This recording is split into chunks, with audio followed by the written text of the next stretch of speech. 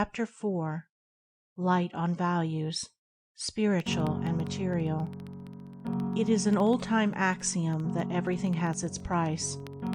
Everybody knows this commercially, but how few know it spiritually. Business consists of a mutual interchange of equitable values. The customer gives money and receives goods, and the merchant gives goods and receives money. This method is universal and is regarded by all as just.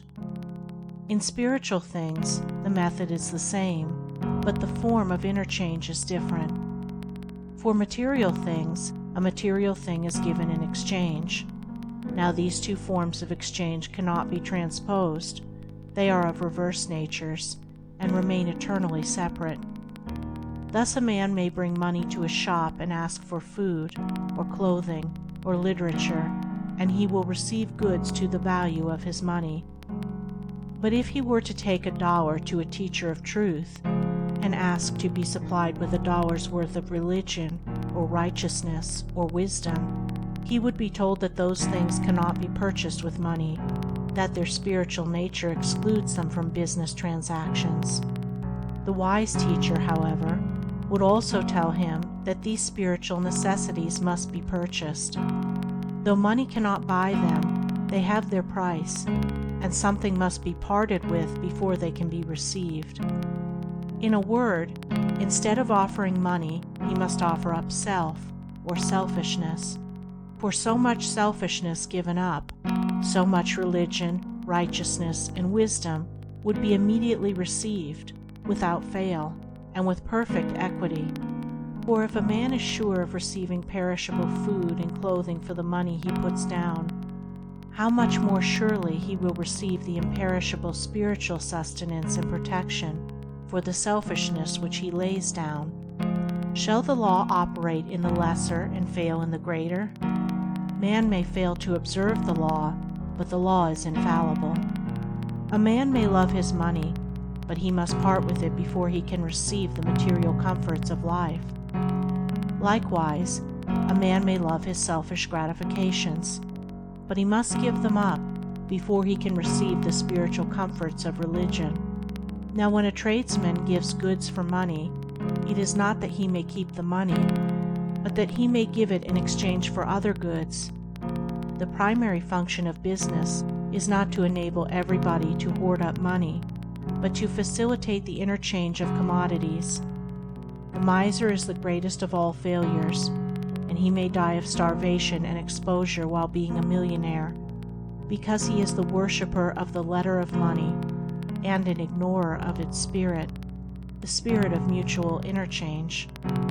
Money is a means, not an end. Its exchange is a sign that goods are being justly given and received.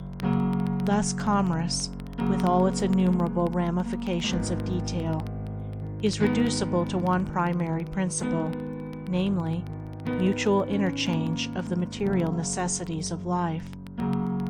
Now let us follow this principle into the spiritual sphere, and trace there its operation. When a spiritual man gives spiritual things, kindness, sympathy, love, and receives happiness in return, it is not that he may hoard and hug to himself that happiness, but that he may give it to others, and so receive back spiritual things. The primary function of spirituality is not to hoard up personal pleasure, but to render actual the interchange of spiritual blessings. The most selfish man, he whose chief object is the getting of happiness for himself, is a spiritual miser. His mind may perish of spiritual destitution, though he be surrounded with the objects which he has obtained to pander to his pleasure, because he is worshipping the letter of happiness and is ignoring its spirit, the spirit of unselfish interchange. The object of selfishness is the getting of personal pleasure or happiness. The object of religion is the diffusion of virtue. Thus religion, with all its innumerable creeds, may be resolved into one primary principle, namely, mutual interchange of spiritual blessings. What then are spiritual blessings?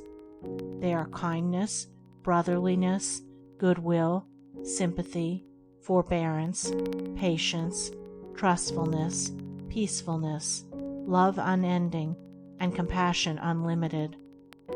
These blessings, these necessities for the starving spirit of man, can be obtained, but their price must be paid. Unkindness, uncharitableness, ill will, hardness, ill temper, impatience, suspicion, strife, hatred, all these, along with the happiness, the personal satisfaction which they give, must be yielded up. These spiritual coins, dead in themselves, must be parted with, and when parted with, there will be immediately received their spiritual counterparts, the living and imperishable blessings to which they are a means and of which they are a sign. To conclude, when a man gives money to a merchant and receives goods in return, he does not wish to have his money again. He has willingly parted with it forever and is satisfied with the exchange.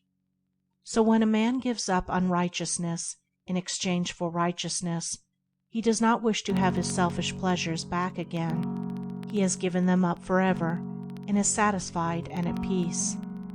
Thus also, when one bestows a gift, even though it may be a material gift, he does not look for the receiver to send him back its value in money, because it is a spiritual deed and not a business transaction. The material thing thus represents the interchange of spiritual blessings, and its accompanying bliss, the bliss of a gift bestowed and that of a gift received, are not two sparrows sold for a farthing. Everything in the universe, every object and every thought, is valued. Material things have a material value. Spiritual things have a spiritual value, and to confound these values is not wise. To seek to purchase spiritual blessings with money, or material luxuries with virtue, is the way of selfishness and folly. It is to confound barter with religion and to make a religion of barter. Sympathy, kindness, love cannot be bought and sold. They can only be given and received. When a gift is paid for, it ceases to be a gift.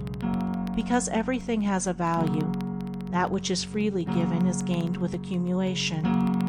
He who gives up the lesser happiness of selfishness gains the greater happiness of unselfishness. The universe is just, and its justice is so perfect that he who has once perceived it can no more doubt or be afraid. He can only wonder and be glad. End of chapter 4. Recording by Andrea Fiore.